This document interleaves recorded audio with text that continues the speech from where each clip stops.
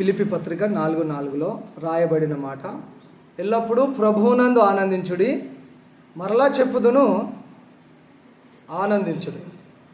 ఉన్నారా? వాక్యంలో అక్కడ ఉన్నారా? ఫిలిప్పీలకు రాసిన పత్రిక 4:4 ఎల్లప్పుడూ ప్రభువునందు ఆనందించుడి, మరలా చెప్పుదును ఆనందించుడి. ఆనందం, సంతోషం. ఈరోజు క్రీస్తులో ఆనందించాలి అనే సబ్జెక్టు మనం దేవుని వాక్యాన్ని నేర్చుకోబోతున్నాము. రకరకాల ఆనందాలు ఉన్నాయి. రకరకాల వాటిని చూసినప్పుడు, ఆస్వాదించినప్పుడు, కొన్ని ప్రాంతాలకు వెళ్ళినప్పుడు, లేదా నచ్చిన ఆహారాన్ని భుజించినప్పుడు, చిన్నపిల్లలను చూసినప్పుడు, లేదా అందంగా ఏదైనా కనిపిస్తే ఒక రకమైన ఆనందం, రకరకాల ఆనందము, రకరకాల వాటిని బట్టి ఆనందిస్తూ ఉంటాం. కానీ దేవుని పిల్లలముగా, విశ్వాసులముగా, క్రైస్తవులముగా ప్రభువులో ఆనందించాలి. లోకంలో ఎన్నో వాటిని చూసి ఆనందిస్తాము, కానీ దేవునిలో ఆనందం, క్రీస్తులో ఆనందం, ప్రభువునందు ఆనందించండి అని వాక్యం చెప్తుంది. ఫిలిప్పీ సంఘానికి అపోస్తుడైన పౌలు రాస్తూ ఈ విషయాన్ని చెప్తున్నాడు. అపోస్తుడైన పౌలు జైల్లో సంఖ్యలతో బంధింపబడి ఉన్నప్పుడు ఈ మాటలు చెప్పాడు. చెరసాలలో, జైల్లో ఖైదీగా ఉన్నప్పుడు ఆయన ఈ పత్రికను రాశాడు. ఆయన బాధలో ఉండి, దుఃఖంలో ఉండి, సంఖ్యలతో ఉండి కూడా ఆనందించండి, ప్రభువునందు మాత్రమే ఆనందించండి అని చెప్పాడు. ఊరికనే మాటలు చెప్పడం కాదు, పౌలు గారు ఊరికనే మాటలు చెప్పలేదు. అపోస్తుల కార్యములు 16వ అధ్యాయం 25వ వచనంలో మనం చూస్తాము. పౌలు, శీల సువార్త ప్రకటిస్తున్నప్పుడు వారిని కొందరు బంధించి జైల్లో వేశారు. మధ్యరాత్రి వేళ అపోస్తుడైన పౌలు, శీలాయు వారు పాటలు పాడుతూ దేవునిని స్తుతిస్తున్నారు. పాటలు పాడుతూ, ప్రార్థిస్తూ, దేవునిని స్తుతిస్తూ ఉన్నప్పుడు, వారు ప్రభువులో ఆనందిస్తున్నప్పుడు అక్కడ భూకంపం రావడము, సంఖ్యలు తెగిపోవడము, చెరసాల బ్రద్దలైపోవడము అక్కడ జరిగిన ఉదాంతం. అది వారు చెరసాల్లో ఉన్నారు, గాయాలతో ఉన్నారు, రక్తంతో ఉన్నారు, ఆకలితో ఉన్నారు, వ్యాధులతో ఉన్నారు.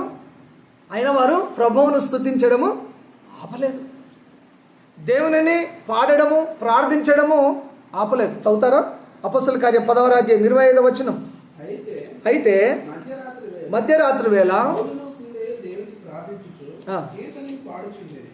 చాలు మధ్యరాత్రి వేళ పౌలు, శీలయు దేవునికి ప్రార్థిస్తున్నారు. వాళ్ళు ఎక్కడ ప్రార్థిస్తున్నారు? జైల్లో ఉన్నారు, గాయాలతో ఉన్నారు, కాళ్ళకు చేతులకు సంఖ్యలతో ఉన్నారు. కాళ్ళకు బోండా వేసి, చేతులకు సంఖ్యలు వేసి, అలాంటి పరిస్థితిలో వారు దేవునిని ప్రార్థిస్తూ కీర్తనలు పాడుతున్నారు. ఖైదీలు వింటున్నారు. ఆరాధన మొదలుపెట్టారు. చర్చికి ఎందుకు రాలేదమ్మా? అన్నా చర్చికి ఎందుకు రాలేదు? బాగా జ్వరం వచ్చింది, అందుకే చర్చికి రాలేకపోయాను. కాలుకు దెబ్బ తగిలింది, గాయమైంది, చర్చికి రాలేకపోయాను. ఇలాంటి కారణాలు ఎన్నో చెప్తాం. క్రైస్తవులంగా మనం ఎన్నో కారణాలు చెప్తాం, కానీ వాళ్ళు ఏ కారణం చెప్పలేదు. మరి జైల్లో ఉన్నారు, మా పరిస్థితి ఇట్లా తగలబడ్డది, మా జీవితమే ఇట్లా అయిపోయింది, ఇక మేము పాటలు పాడి ప్రార్థన ఏం చేయాలని వాళ్ళు అనుకోలేదు. అలా అనుకొని ఉంటే వాళ్ళ గురించి ఇప్పుడు మనం చెప్పుకునే వారమే కాదు. గాయాలతో ఉన్నారు, రక్తము కారింది, ఆరిపోయింది. గాలికి గాయాలు ఎట్లా ఉంటుంది? గాయాలకు గాలి తగిలినా కొద్దికి ఇర్రమంటుంటుంది, మంట మంటుంటుంది, నొప్పి వస్తుంటుంటుంది. ఏదైనా ట్రీట్మెంట్ చేసి, ఏదైనా యాంటీబయాటిక్ టాబ్లెట్, ఒక పెయిన్ కిల్లర్ ఇంజెక్షన్ ఏదైనా ఇచ్చి అప్పుడు కొంచెం స్థిమితంగా ఉంటారు. వాళ్ళకి ఏ ట్రీట్మెంట్ లేదు. కొట్టారు, జైలు వేశారు, జైల్లో కొట్టారు, సంఖ్యలతో ఉన్నారు. మరి ఏం చేస్తున్నారని వాక్యం చెప్తుంది. మధ్యరాత్రి వేళ పౌలు, శీలయు దేవునికి ప్రార్థించొచ్చు, కీర్తనలు పాడుచుండరు, ఖైదీలు వినుచుండరు.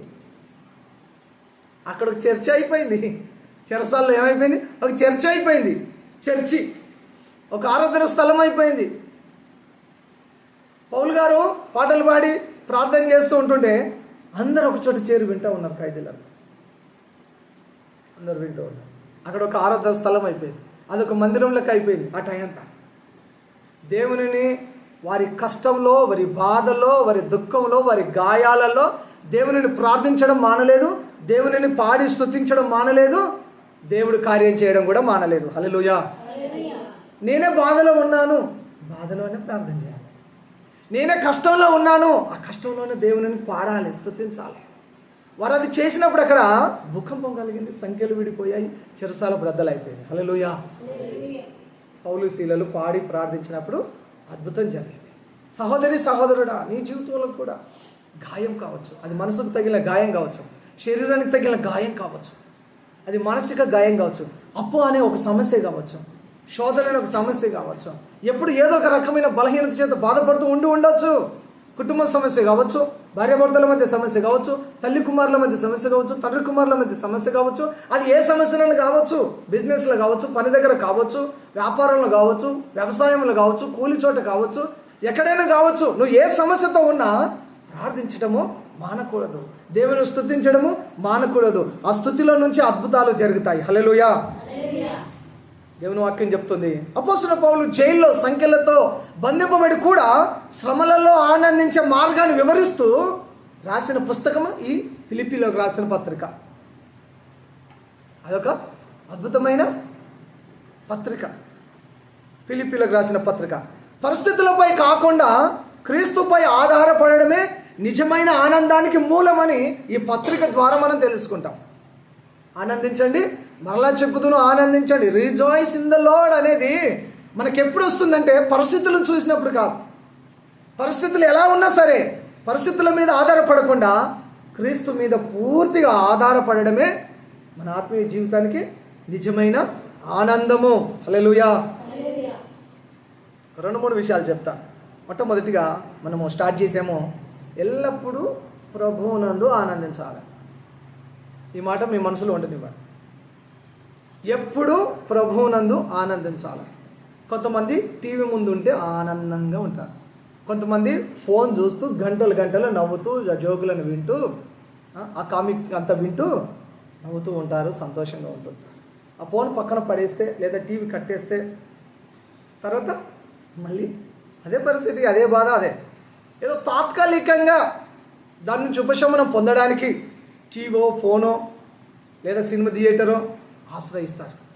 ఇంకా కొంతమంది భోజనం ప్రియులు అయితే రెస్టారెంట్కో హోటల్కో నచ్చిన ఫుడ్ ఆర్డర్ చేసుకొని తిని ఆనందపడతారు. మళ్ళీ బిల్లు ఒక 1000-2000 కాదు, ఆనందం కొరకు రెస్టారెంట్కి హోటల్కి వెళ్తే ఒక 2000 బిల్లు అవుతుంది. మళ్ళీ సమస్యకి కొంత సమస్య. తాత్కాలికమైన ఆనందము కొరకు వీటన్నిటిని, ఈ దారులన్నీ వెతుకుతాం మనమంతా. నచ్చిన మనుషులతో కొంత సమయం గడుపుతూ కొంత ఆనందంగా ఉంటాం. మరి వాళ్ళని విడిచిపెట్టి వచ్చిన తర్వాత మళ్ళీ అదే బాధ, అదే పాతది. కానీ నిజమైన ఆనందం ఎక్కడ కనుగొంటామని వాక్యం చెప్తుంది? పరిస్థితులపై కాకుండా క్రీస్తు మీద ఆధారపడడంలోనే నిజమైన ఆనందము దాగి ఉన్నది. క్రీస్తు మీద ఆధారపడి ఆయన వైపు చూస్తేనే మనకు ఆ పరమానందం, పరలోకపు ఆనందము కలుగుతుంది అనేది మనం ఇక్కడ స్పష్టంగా నేర్చుకుంటున్నాం. పరిస్థితులు ఎలా ఉన్నా సంతోషంగా ఉండాలని ప్రభువు చెప్తున్నాడు. ఎల్లప్పుడూ సంతోషంగా ఉండాలంటే దుఃఖం కలిగినప్పుడు కూడా ప్రభువుని బట్టి సంతోషంగా ఉండాలి, బాధ కలిగినప్పుడు కూడా ప్రభు వైపు చూస్తూ సంతోషంగా ఉండాలి. పరిస్థితులు ఎలా ఉన్నా సంతోషంగా ఉండాలని అపోస్తలుడైన పౌలు గారు ఇక్కడ చెప్తున్నాడు. ఈ ఫిలిప్పీ పత్రికలో సుమారుగా 16 సార్లు ఆనందించండి, సంతోషంగా ఉండండి అని చెప్తున్నాడు. ఎన్నిసార్లు? ఒకసారి చెప్పినా, 2 సార్లు చెప్పినా, 3 సార్లు చెప్పినా ఇక నీ ఛాన్స్ అయిపోయింది అంటాం కదా మనం. 16 సార్లు ఆనందించండి అని అంటుంది. అంటే మరి ఆనందంగా ఉండాలనే కదా అర్థం, ఆనందంగా ఉండాలని కదా. దుఃఖంగా, విచారంగా, సాడ్గా ఉండాలని వాక్యం చెప్పట్లేదు. నీ విచారాన్ని కొట్టివేసి ఆనందంతో నింపుతానని వాక్యం చెప్తుంది. ఇన్ని వాగ్దానాలు ఉన్నాయి. నీకన్నిటిని నాట్యంగా మారుస్తానని వాగ్దానం ఉన్నది. నీ దుఃఖ దినములు సమాప్తములు అవును అనే వాగ్దానం ఉన్నది. ఈ వాగ్దానాలన్నిటిని చేతపట్టుకోవాలి.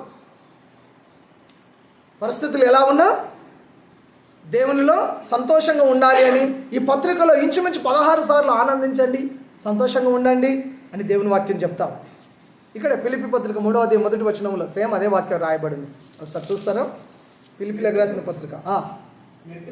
మెట్టుకు నా సహోదరులారా, చివరికి నా సహోదరులారా, ప్రభువునందు ఆనందించండి. ప్రభువునందు ఆనందించండి. ఇలా మీరు పత్రిక ఫస్ట్ నుంచి వెతుకుంటూ వెళ్తే చాలాసార్లు మనకు కనబడుతుంది. ప్రభువులో ఆనందించండి, దేవునిలో ఆనందించండి. క్రైస్తవుడు దేవునిని బట్టి ఆనందంగా ఉండాలి. దేవునిలోనే మనకు సంతోషము, సమాధానం. దేవునిలోనే మనకు ఆ ఆనందము, ఆ సంతోషం ఉంది. తాత్కాలికమైన ఆనందం కొరకు పరుగులెత్తి భంగపడిపోతున్నాము లోకంలో. కానీ శాశ్వతమైన ఆనందము ప్రభువులోనే ఉన్నది. ప్రభువునందు ఆనందించండి, అది మీకు క్షేమము అని రాయబడి ఉంది వాక్యంలో. చదవండి, అది పూర్తి చేసివా.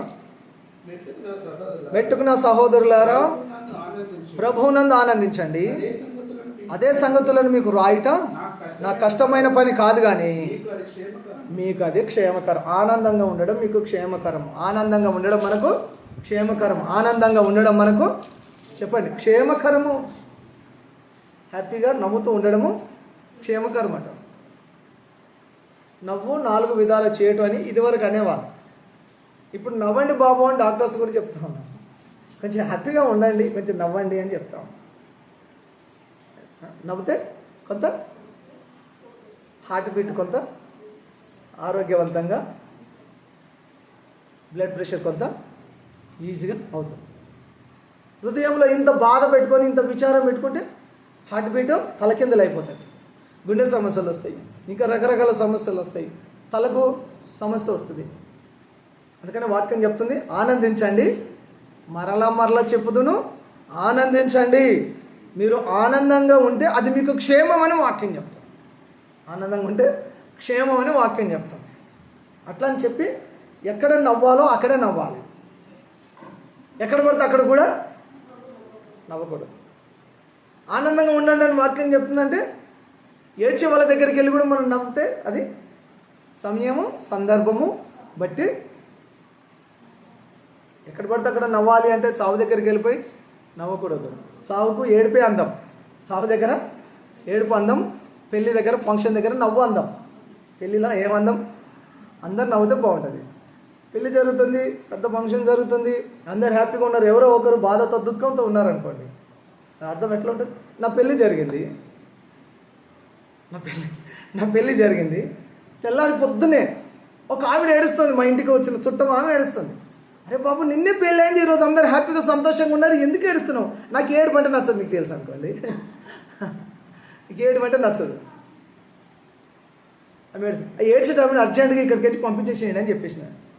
మన ఇంటికాడ ఉండదని చెప్పి ఏడ్చడం. అరే బాబు, నిన్నే పెళ్ళి అయింది, ఈరోజు అందరు హ్యాపీగా ఉన్నారు, సంతోషంగా ఉన్నారు, కోలాహలంగా ఉన్నారు, సందడిగా ఉంది ఇల్లంతా. ఈమె ఏడుస్తూ ఉంది.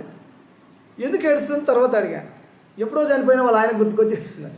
నా పెళ్ళిలో మీ ఆయన గుర్తుకొచ్చి మీరు నా పెళ్ళిలో మీరు ఏడవడం ఏంటండి? ఇది విచారం విడ్డూరం కాకపోతే రకరకాలు కూడా. ఎక్కడ ఏడవాలో తెలియదు కొంతమందికి ఎక్కడ ఏడవాలో తెలియదు, ఎక్కడ నవ్వాలో తెలియదు. కొంతమంది వెక్కిలి నవ్వులు నవ్వుతారు, అది డేంజర్. వెక్కిలి నవ్వులు కూడా మంచిది కాదు. ఆరోగ్యకరంగా నవ్వు ఉండాలి. దేవునికి స్తోత్రం. హల్లెలూయా. ప్రభువునందు ఆనందించండి, అది మీకు క్షేమకరము. ప్రభువులో ఆనందంగా ఉండాలి, ప్రభువులో ఆనందించాలి. దేవుని వాక్యం చెప్తుంది. పౌలు గారు ఈ మాట చెప్పడంలో ఆయనకున్న ఉద్దేశం ఏంటంటే, లోకంలో కాదు మన సంతోషము, దేవునిలో సంతోషాన్ని వెతుక్కోవాలని. ఆయన అదే చేశాడు. చెరసాల్లో ఆయన దేవుని స్తుతించాడు. ఎందుకు స్తుతించావయ్యా అంటే వాక్యం చెప్తుంది. యాకోబు పత్రిక 5వ అధ్యాయం 13వ వచనం, మీలో ఎవరికైనా శ్రమ సంభవించేనా అతడు ప్రార్థన చేయాలి. మీలో ఎవరికైనా సంతోషం వచ్చిందా వారు పాటలు పాడాలి. ఈ సూత్రాన్ని ఎప్పుడు గుర్తుపెడతాం. నీకు కష్టం వచ్చిందా, నీకు శ్రమ వచ్చిందా, ఏం చేయాలి? ప్రార్థన చేయాలి. ఏం చేయాలమ్మా? సగం ఏం చేయాలి? ప్రార్థన చేయాలి. బాధ వచ్చింది, కష్టం వచ్చింది, శ్రమ వచ్చింది, ఇప్పుడు ఏం చేయాలి? ప్రార్థన చేయాలి. నువ్వు చెయ్యి, ఇంక ఇతరులకు చెప్పు, నీ సంఘస్థులకు చెప్పు, నీ సేవకుడికి చెప్పు. ప్రార్థన బలం ఇంకెక్కువ కావాలి. సమస్య నుంచి తొందరగా నీకు విడుదల కావాలంటే ఎక్కువ మంది ఆ సమస్య కొరకు, ఎక్కువ మంది నీ కొరకు ప్రార్థించేవారు ఉండాలి. సేవకుడికి చెప్పు, ప్రార్థన చేస్తాడు. నీ తోటి ఇరుగు పొరుగు క్రైస్తవులకు, నీ సంఘ సభ్యులకు, ప్రార్థన పరులకు చెప్పండి. మీలో ఎవరికైనా శ్రమ సంభవించిందా వారు తప్పకుండా ప్రార్థన చేయాలి. ఏం చేయాలమ్మా? మీకు కష్టం వస్తే ప్రార్థన చేస్తారా, లేకపోతే చక్కగా ఫోన్ తీసుకొని వాళ్ళకి వీళ్ళకి అందరికీ టౌన్ నాకు కష్టం వచ్చిందని ఫోన్ చేస్తారా? ప్రార్థన చేసేటోళ్ళకి ఫోన్ చేయదు, దాన్ని తప్పట్టలేదు. ప్రార్థన చేసే వాళ్ళకు మాస్టర్కి ఫోన్ చేస్తారు, నాకు ఫోన్ చేస్తారు. ప్రాబ్లం రాదు, నాకు ఫోన్ చేస్తారు, తప్పులేదు, నాకు ఫోన్ చేయండి. నేను ఎక్కడెక్కడ ఎలాంటి సిచ్యువేషన్లో ఉంటాను, ఫోన్ ఎత్తుతాను. ఒకవేళ ఎత్తకపోతే మళ్ళీ రిటర్న్ చేస్తాను, ఫోన్ చేస్తాను. నేను ప్రార్థన చేస్తాను. చాలామంది బయట వాళ్ళు కూడా ఫోన్ చేస్తారు, నా సంఘస్థులు కాకుండా కూడా. ఫోన్ నెంబర్ బయట చాలా వెళ్ళిపోతుంది కాబట్టి యూట్యూబ్లోనో, ఫేస్బుక్లోనో, ఇన్స్టాగ్రామ్లోనో, వాట్సాప్లోనో డైలీ నేను పెట్టే పోస్టరు మీద ఉంటుంది, ప్రార్థన అవసరాల కొరకు ప్రార్థన చేయండి అని. ఎవరెవరో ఫోన్ చేసి ప్రార్థన చేయండి పాస్టర్ గారు అంటారు. ఫేస్బుక్లో చూసి ఫోన్ చేశాను, యూట్యూబ్లో చూసి ఫోన్ చేశాను, ప్రార్థన చేయండి పాస్టర్ గారు అంటారు. ప్రార్థన చేస్తాను, ఎవరు ప్రార్థన చేయమని ప్రార్థన చేస్తాను. నా సంఘస్థులు చెప్తే ప్రార్థన చేయలేనా? తప్పకుండా ప్రార్థన చేస్తాను. నా సంఘంలో ఎవరికి ఏదైనా ప్రాబ్లం వచ్చింది నాకు తెలిస్తే తప్పకుండా వాళ్ళ కొరకు ప్రార్థన చేస్తాను. ప్రాబ్లం రాకుండా ప్రతి వారి కొరకు ప్రతిరోజు ప్రార్థన చేసేదే, అది నా బాధ్యత. సంఘం కొరకు, సంఘస్థుల కొరకు, కుటుంబాల కొరకు ప్రార్థన చేయడం అది నా బాధ్యత. మీరు చెప్పకుండా ప్రార్థన చేస్తాను. ఏదైనా ప్రాబ్లం వచ్చింది, ఎమర్జెన్సీ, అర్జెన్సీ ఉన్నప్పుడు మీరు ఖచ్చితంగా నాకు ఫోన్ చేస్తారు. చెయ్యండి, ప్రార్థన చేస్తాను. దేవుని వాక్యం చెప్తుంది, మీలో ఎవరికైనా శ్రమ సంభవిస్తే ప్రార్థన, శ్రమ వస్తే ప్రార్థన, సంతోషం వస్తే ఎగిరి గంతేసి అంత నాన్న తప్పంగా అంత చేసి దేవుని పక్కన పెట్టేస్తారా? అలా చేయకూడదు. సంతోషం వస్తే దేవుడు లేరు అన్నీ ఉన్నాయి అంటారు. అన్నీ సమృద్ధిగా ఉన్నాయి, నీకు ఇక ప్రార్థన వద్దు, పాట వద్దు, ఏదొద్దు. ఈ ప్రవర్తన మంచిదిగా. హ్యాపీగా ఉన్నాడు. డబ్బు లేక ముందుకు కొంతమంది దేవుడు అని దేవుడిని కాలు పట్టుకొని ఎడవరు. దేవుడు ఒకసారి ఆశీర్వదించిన తర్వాత, డబ్బు వచ్చిన తర్వాత, ఆరోగ్యం వచ్చిన తర్వాత, ఆస్తి వచ్చిన తర్వాత దేవుడిని పక్కన పెట్టేస్తారు. ఇది మంచి ప్రవర్తన కాదు, మంచిది కాదు. అది డబ్బు ఇప్పుడు ఉండొచ్చు పోవచ్చు, ఆస్తి ఉండొచ్చు పోవచ్చు. ఒక్క రోజులో రోడ్డు మీద పడే పరిస్థితులు కూడా ఎన్నో జరుగుతున్నాయి ఇప్పుడు ప్రస్తుత కాలంలో. ఒక రోజులో రోడ్డు మీద పడే పరిస్థితి కూడా వస్తుంది. ఫస్ట్ ప్రయారిటీ దేవునికి మనం ఇవ్వాలి. హల్లెలూయా. శ్రమ సంభవిస్తే ప్రార్థన చేయాలి, సంతోషం వస్తే కీర్తనలు పాడి దేవునిని స్తుతించాలి.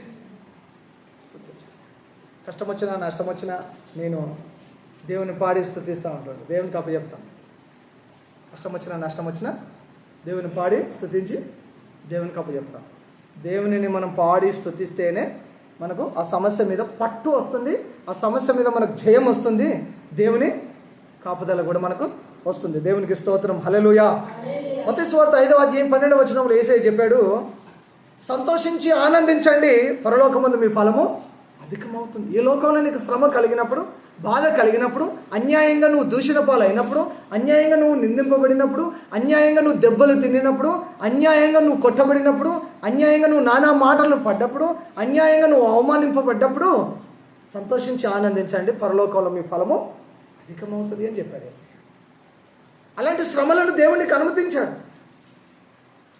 వాటిని చూసి భయపడకుండా, బాధపడకుండా, ఎందుకు ఇలా జరిగింది అని అనకుండా, వాటిని బట్టి ప్రభువును బట్టి సంతోషించి ఆనందించాలి, పరలోకమందు ఫలము అధికము అవుతుంది. మొదటిది, ఎల్లప్పుడూ ప్రభువులో ఆనందించాలి. ఎవరిలో ఆనందించాలి? మనము ప్రభువులో ఆనందించాలి. ఆనందం ఎప్పుడు కలుగుతుంది మనిషికి? ప్రశ్న. ఆనందము ఎప్పుడు కలుగుతుంది? మనుషులకు ఆనందం ఎప్పుడు వస్తుంది? సంతోషం ఎప్పుడు వస్తుంది అనే ప్రశ్నకు ఒక సమాధానం, అద్భుతమైన వాక్యము ఉంది. ఇప్పుడు మిమ్మల్ని అడిగితే కొంచెం టైం అవుతుంది, చెప్తారు, మంచి సమాధానాలు చెప్తారు అడిగితే. కానీ ఆలోచన చేస్తున్నారా? సంతోషం ఎప్పుడు వస్తుంది?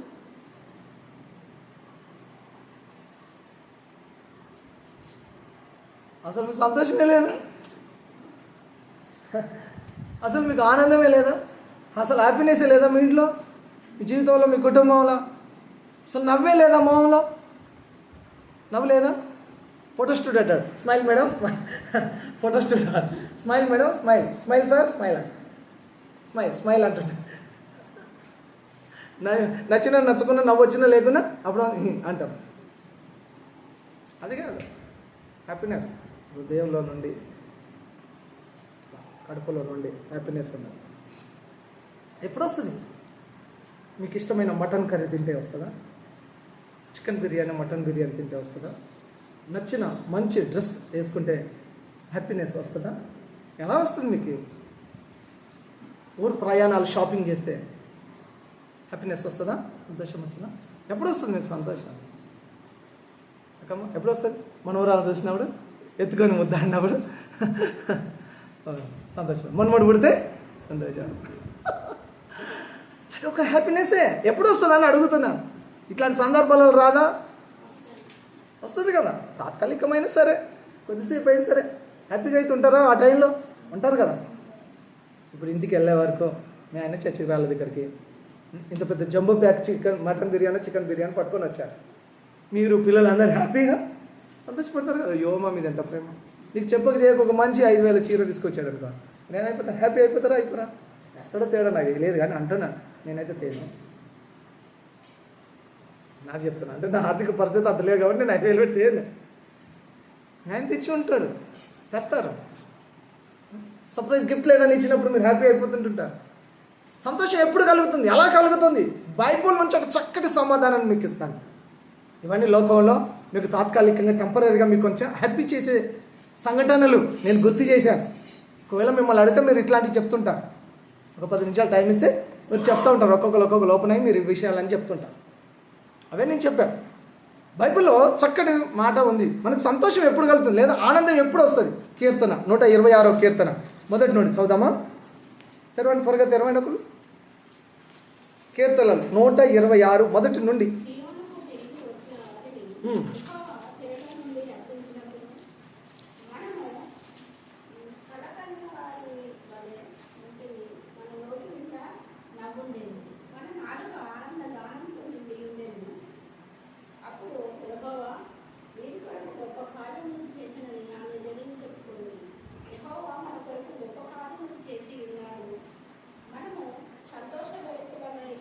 చాలు, 3 వచనాలు చదివాం. సియోనుకు తిరిగి వచ్చిన వారిని యెహోవా చెరలో నుండి రప్పించినప్పుడు మనం కల కనిన వారి వల్లే ఉంటుంది. ఇశ్రాయేలీయులు 400 సంవత్సరాలు బానిసత్వం నుంచి విడుదల పొంది వారు బయటికి వచ్చినప్పుడు వారు పాడిన పాట ఈ 126వ కీర్తనలో రాయబడింది. ఇశ్రాయేలీయులు 400 సంవత్సరాలు బానిసత్వం విడుదల పొందినప్పుడు పాడిన పాటే ఈ కీర్తన. వాళ్ళు చెరలో 400 సంవత్సరాలు ఉండే వరకు వారు ఆ బానిసత్వానికి అలవాటు పడిపోయారు. అందులో భక్తి పరులు దేవునికి మొరపెడితే దేవుడు మోషేను నాయకుడిగా పంపి ఇక్కడ 10 తెగులు పంపి అద్భుతాలను చేసి ఇశ్రాయేలీయులను ఆ బానిసత్వం నుంచి విడిపించాడు. బానిసత్వం నుంచి వారు విడిపించి వారు బయటికి వెలుపలికి వచ్చిన తర్వాత వాళ్ళు అంటున్నారు, అయ్యో మనకు కల కనిన వారి వాళ్ళు ఇది కళా నిజమా? ఇది కళా నిజమా? మనకు విడుదల కలిగింది కళా నిజమా అనుకుంటున్నారు ఇశ్రాయేలీయులు. అప్పుడు వాళ్ళు హ్యాపీగా నవ్వారట. దేవుని వాక్యం చెప్తుంది, అప్పుడు మన నోటి నిండా నవ్వు ఉండెను. ఫేక్ స్మైల్ కాదు అది. ఇన్ని సంవత్సరాలు బానిసత్వం నుంచి మనం బయటపడ్డాము అని నోరారా నవ్వారట ఇశ్రాయేలీయులు. మన నోటి నిండా నవ్వు ఉండెను, మన నాలుక ఆనంద గానముతో నిండి ఉండెను. వీరి కొరకు దేవుడు గొప్ప కార్యాలు చేశాడని అన్యజనులు అందరూ చెప్పుకుంటారని మరి ఆ పాట పాడారు. 126వ కీర్తన ఆ పాటను పాడారు. యెహోవా మన కొరకు గొప్ప కార్యాలు చేశాడు కాబట్టి మనము సంతోషంగా ఉన్నావు. దేవుడు నీ జీవితంలో కార్యం చేస్తే నీకు సంతోషం వస్తుంది. అర్థమైందా? దేవుడు నీ జీవితంలో అద్భుతం చేస్తే సంతోషం వస్తుంది. నెక్స్ట్, బంధకాల నుంచి విడుదల పొందితే సంతోషం వస్తుందండి. హల్లెలూయా. సంతోషం ఎప్పుడు వస్తుందో తెలుసా?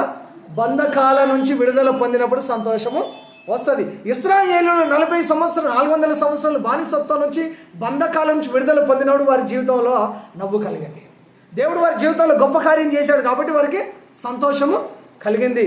అలాగే మన ఇండియా కూడా నిన్న 80వ సంవత్సరపు ఇండిపెండెన్స్ డే చేసుకున్నాం. 80 సంవత్సరాలు అయింది భారతదేశానికి స్వతంత్రం వచ్చి. కానీ దేశంలో ఇంకా బానిసత్వమే రాజ్యమేలుతుంది. భారతదేశానికి 80 సంవత్సరాలు అయింది స్వాతంత్రం వచ్చి, కానీ ఇంకా భారతదేశంలో బానిసత్వమే రాజ్యమేలుతూ ఉంది. మత్తుకు బానిసలు అయ్యారు. భారతదేశంలో మత్తుకు బానిసలు అయిపోయారు.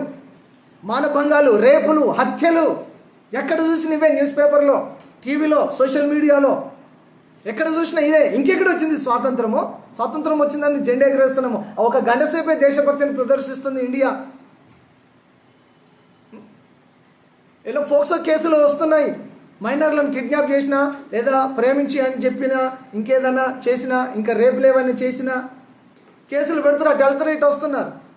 మళ్ళీ దేశభక్తులే. దేశం పేరు చెప్పుకొని క్రైస్తవులను, ముస్లింల మధ్య మత విద్వేషాలు రెచ్చగొట్టి, ప్రాముఖ్యంగా క్రైస్తవులను, సంఘాలను, సేవకులను హింసించి ఇంకెక్కడ వచ్చింది? స్వాతంత్రం వచ్చిందన్న పేరు మీద బ్రతుకుతూ ఉన్నారు. కానీ దేశంలో ఇంకా బానిసత్వమే రాజ్యం వెళ్తా ఉంది. ఏమేం చెప్పాను? మత్తుకు బానిసలుగా ఉన్నారు. మానభంగాలు, రేపులు, హత్యలు, అంటరానితనం, కుల వివక్ష. మీరు ఏమిటోళ్ళని అడిగారు ఈ మధ్యనే నన్ను. ఇప్పుడు ఏమని చెప్పాలి నీకు అని అన్నాను నేను. అవును, ఏమిటోళ్ళు మీరు అని అడిగితే, ఇప్పుడు నీకు ఏమని చెప్పాలమ్మా? నేనైతే మరి చర్చ్ ఉంది, నన్ను చర్చ్ పాస్టర్ను. ఇప్పుడు ఇది తెలుసుకొని ఏం చేస్తావు? చెప్తాను. అందరికి కులం ఉంది, అందరికీ కులం ఉంది. భారతదేశంలో మాత్రమే ఉంది కులం, ఏ దేశంలో లేదు కులం. ఇప్పుడు చెప్తే తెలుసుకొని ఏం చేస్తావు? పెద్ద కులం అయితే కొంచెం గౌరవం ఇస్తారేమో, చిన్న కులం అయితే గౌరవం ఉండదు. అర్థమైందా? ఇదివరకు ఉన్న ఆ దృక్పథం ఉండదు. చిన్న కులం అయితే, పెద్ద కులం అయితే కొంచెం గౌరవం ఇస్తూ ఉండొచ్చు. ఇంకా భారతదేశంలో కులాల పేరిట అని చేస్తూనే ఉన్నారు. కుల వివక్ష, అంటరానితనం ఇంకా రాజ్యం ఏలుతూనే ఉంది. 80 సంవత్సరాలు అయింది భారతదేశానికి స్వాతంత్రము వచ్చి. ఇంకేం జరుగుతుంది దేశంలో అంటే అన్యాయం ఏలుతుంది, మోసం జరుగుతుంది. ఆన్లైన్ మోసాలు. నీకు తెలియకుండానే నీ అకౌంట్లోకి వెళ్ళి లక్షలు కొట్టేస్తారు. నీకు తెలియకుండానే నీ పేరు మీద ఉన్న భూమి ఇంకోటి పేరు మీద పోతుంది ఆన్లైన్లో. ఎన్ని మోసాలు ఉన్నాయో తెలుసా దేశంలో. అయినా భారతదేశానికి 80 సంవత్సరాలు అయింది స్వాతంత్రం వచ్చి. అవినీతి జరుగుతుంది. ఏ గవర్నమెంట్ ఆఫీస్ కన్నా వెళ్ళు, పబ్లిక్లో చెప్తున్నాను కదా, ఏ గవర్నమెంట్ ఆఫీస్ కన్నా వెళ్ళు, వాళ్ళు లక్షల జీతాలు తీసుకొని కూడా ఆ పేదవాడు ఇచ్చి 500గా 1000 రూపాయల కొరకు ఆశపడుతుంటారు. అప్పటి వరకు పనే చేయరు. లక్షలు ప్రభుత్వ జీతాలు తింటూ కూడా ఆ పేదవాడి దగ్గర ఆ చాతగాని ముసలిది నాకు పింఛన్ రాయి సారు అంటే 1000 నొక్కుతారు. ఏదైనా మండల ఆఫీస్కి వెళ్ళాలన్నా, ఏదైనా కలెక్టర్ ఆఫీస్కి వెళ్ళాలన్నా, ఇంకేదైనా ఎంపీడీఓ కానీ, ఆర్డీఓ కానీ, ఇంకేదైనా ఆఫీస్కి వెళ్ళాలన్నా, ఏదైనా డిస్ట్రిక్ట్ ఆఫీస్కి వెళ్ళాలన్నా, రాజకీయ నాయకులు, ప్రైవేట్ రంగ ఉద్యోగులు, ప్రభుత్వ రంగ ఉద్యోగులు న్యాయంగా ఎప్పుడైనా పరిపాలన చేస్తారో, నీతికి ఎప్పుడైతే పరిపాలన చేస్తారో అప్పుడు భారతదేశం అంతా మారిపోతుంది. వర్షాలు టయానికి పడతాయి. హల్లెలూయా. వర్షాలు టయానికి పడతాయి. వర్షాలు లేక ఇప్పుడు ఈ సంవత్సరం కాలం పోయింది. ఈ టైంలో ఎట్లా ఉంటాయి అనుకున్న వర్షాలు? ఆగస్టు 15 ఈ టైం వచ్చిందంటే ఆగస్టులో విచ్చలవిడి వర్షాలు ఉంటాయి. ఎక్కడ చూసినా వార్తలు అక్కడ కొట్టుకుపోయినాయి, ఇక్కడ కొట్టుకుపోయినాయి, అక్కడ మునిగిపోయింది, ఇక్కడ మునిగిపోయింది, ఇక్కడ మునిగిపోయింది. జూలైలో పడకుండా ఆగస్టులో పిచ్చి వానలు ఉంటాయి. అసలు వర్షాలు ఎటుపోయినాయి. ఈ సంవత్సరం వర్షాకాలమే ఎగిరిపోయింది, ఎండాకాలం అయిపోయింది. దేశంలో ఏముంది? అవినీతి. దేశంలో అవినీతి ఉంది. అయినా దేశానికి, భారతదేశానికి స్వాతంత్రం వచ్చి 8 years అయింది. లంచము, మత విద్వేషాలు. క్రైస్తవులు అంటే కొంతమందికి అసలు నచ్చట్లేదు ప్రస్తుత రోజులలో. క్రైస్తవులు కూడా ఇక్కడే పుట్టారు, క్రైస్తవులు కూడా ఇక్కడే చదువుకున్నారు. వాళ్ళకి సొంత ఇండ్లు ఉన్నాయి, సొంత బండ్లు ఉన్నాయి, సొంతంగా ఉద్యోగాలు ఉన్నాయి, సొంతంగా వ్యాపారాలు ఉన్నాయి. వారి భక్తి విషయంలో మాత్రమే వాళ్ళు యూటర్న్ తీసుకున్నారు అంతే. క్రైస్తవులు వాళ్ళ భక్తి విషయంలో మాత్రమే యేసు ప్రభు అంటే వారికి ఇష్టం. యేసు ప్రభు గురించి వాళ్ళు తెలుసుకున్నారు, యేసు ప్రభు నిజ దేవుడు అని తెలుసుకున్నారు. కాబట్టి క్రైస్తవ్యంలో ఉన్నారు. వారి విశ్వాసం అది అంతే. క్రైస్తవులు అంటే మండిపోతూ ఉన్నారు. మత విద్వేషాలు, పాస్టర్ అంటే మండిపోతూ ఉన్నారు, చర్చి కనబడితే మండిపోతూ ఉన్నారు. మత విద్వేషాలు. రే బాబు, నీ పని నువ్వు చూసుకుంటే సరిపోతుంది. వాడికి ఏ పని లేదు, ఇదే పని పెట్టుకుంటాడు. క్రైస్తవులను టార్గెట్గా పెట్టుకొని వాళ్ళకి వేరే పని ఏముండదు, ఇదే పని. మత విద్వేషాలు రెచ్చగొడతా ఉన్నారు. ఇంకా భారతదేశంలో డబ్బుకు బానిస అయిపోయారు. డబ్బు కొరకు ఏదైనా చేయడానికి ఇష్టపడుతున్నారు. డబ్బు కొరకు ఏదైనా చేయడానికి ఇష్టపడతారు, ఎంత నీచానికైనా దిగజారడానికి ఇష్టపడతారు. తల్లిదండ్రులను కూడా రోడ్డు మీద గెంటేసి ఆస్తిని లాక్కుంటారు. ఆస్తిని అంతా అమ్ముకొని తల్లిదండ్రులను ఓల్డేజ్ హోమ్లో వేసేసి అమెరికాకి వెళ్ళిపోతున్న పిల్లలు ఎందరో ఉన్నారు. తల్లిదండ్రులు ఇక్కడ ముసలోళ్ళు రూమ్లో పడి చచ్చిపోయి ఎండిపోయినా కూడా ఎవరికి కబురు లేకుండా ఉన్నాయి. అట్లాంటి న్యూస్లు వింటా ఉన్నాం. ఇక్కడ తల్లిదండ్రులు చనిపోయారు అంటే అమెరికాకి వచ్చి వీడియో కాల్లో చూసి ఇంకెంతసేపు అవుతుంది, మాకు లంచ్ టైం అయింది, మేము పోతాం తింటందుకు అంటున్నారు. అయినా భారతదేశానికి 80 సంవత్సరాలు అయిన స్వాతంత్రం, ఇంకెక్కడ ఉన్నాం స్వాతంత్రం? బానిసత్వమే రాజ్యం వెళ్తాం, బానిసత్వమే రాజ్యం వెళ్తాం.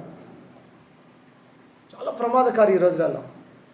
ఫోన్, సోషల్ మీడియా, ఫోన్లో వాట్సాప్, ఇన్స్టాగ్రామ్, యూట్యూబ్, ఫేస్బుక్, ఇంకా కొన్ని యాప్స్, వీటికి బానిసలు అయిపోయారు. ప్రతి మనిషి పుట్టంగానే ఫోన్ ఇస్తూ ఉన్నారు పిల్లలకు.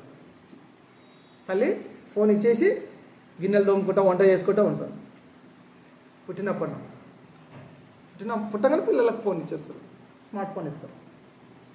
నాకు తెలియదు, ఒక 10 సంవత్సరాల కిందట ఏదైనా ఫోన్లో ప్రాబ్లం ఉంటే నన్ను అడిగేవాళ్ళు. వీళ్ళు ఫోన్ చేసి ఈ సెట్టింగ్ ఎట్లా, ఇది ఎట్లా, అది ఎట్లా, ఇదే అది అడిగేవాళ్ళు.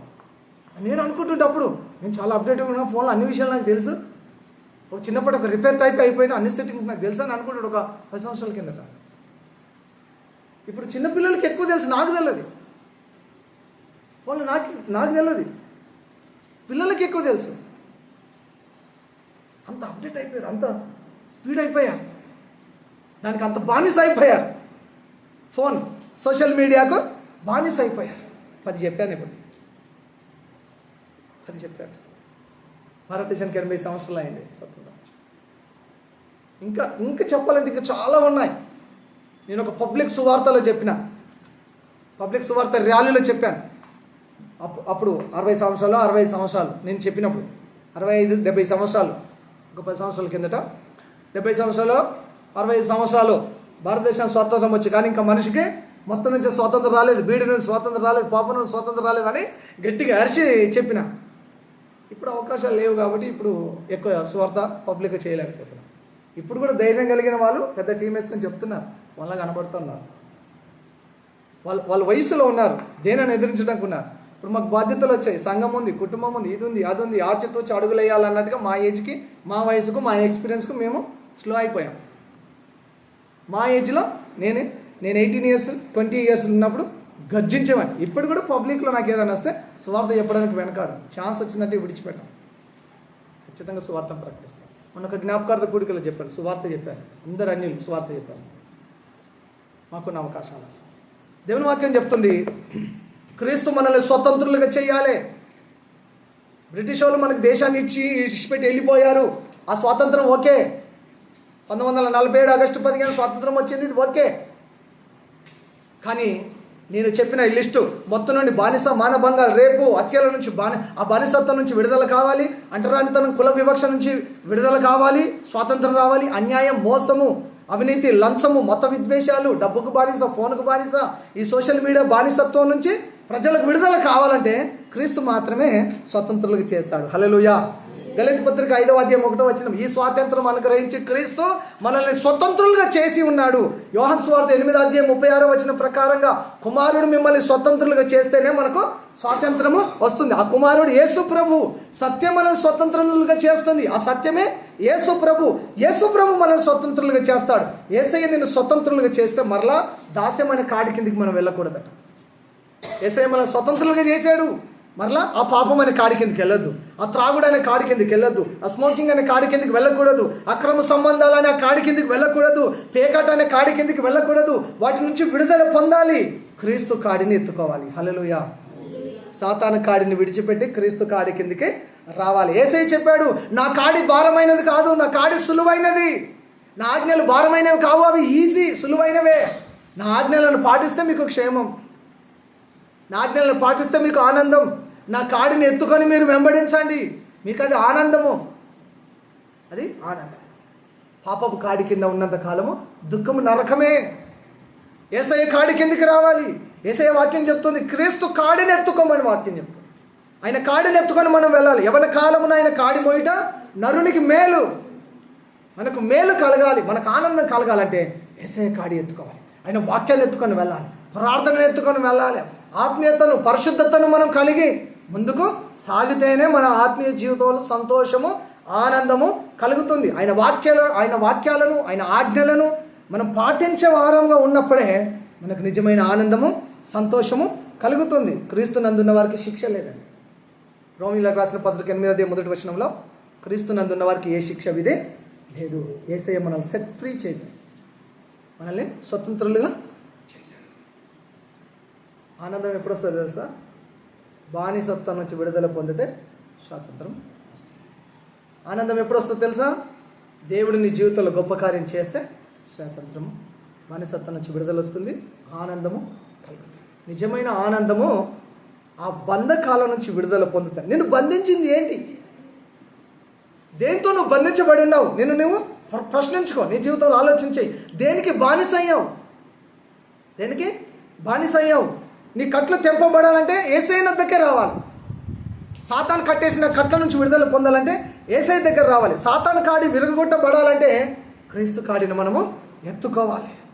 అప్పుడు నీకు ఆనందము, సంతోషం కలుగుతుంది. అటువంటి పరలోకపు ఆనందం ప్రభువు మనకు దయచేయును గాక. ఆమేన్. ప్రార్థన చేసుకుందాం.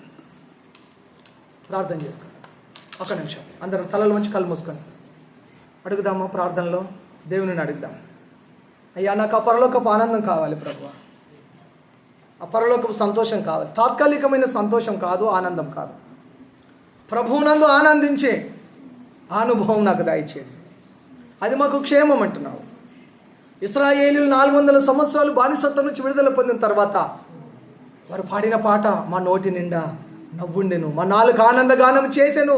మేము కళ కన్న వారి వాళ్ళు ఉన్నాం, ఇది కళా నిజమా అనుకున్నాం. జీవితంలో దేవుడు వారిని విడిపించాడు.